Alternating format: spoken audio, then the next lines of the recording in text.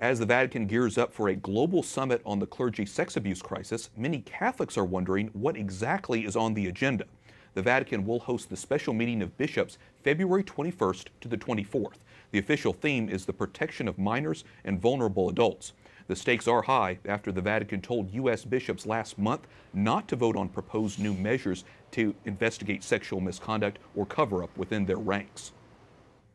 Vatican Correspondent Juliet Linley joins us from Rome. Juliet, the question of homosexuality has so far not been raised by those preparing for the event, which until now has appeared to focus on minors. But Pope Francis recently made unusually strong remarks about homosexuality in a book interview published earlier this month.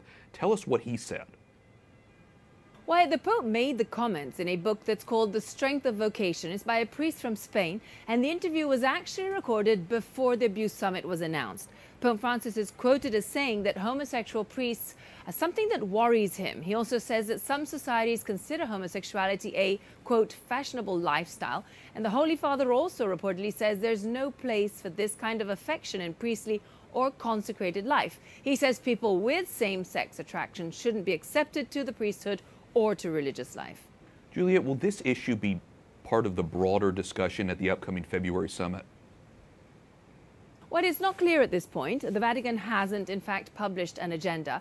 And in this book, the Holy Father did not link homosexuality with the sexual abuse crisis.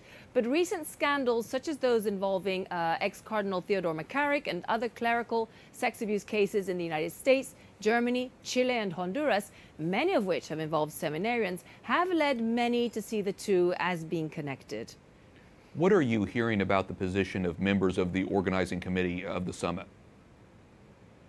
Well, Cardinal Blaise Cupich of Chicago, who is on that committee, has expressed strong skepticism that gay priests are a key factor in the clergy abuse crisis. He says the problem is clericalism in the church, and similarly Pope Francis has put most of the blame on clericalism.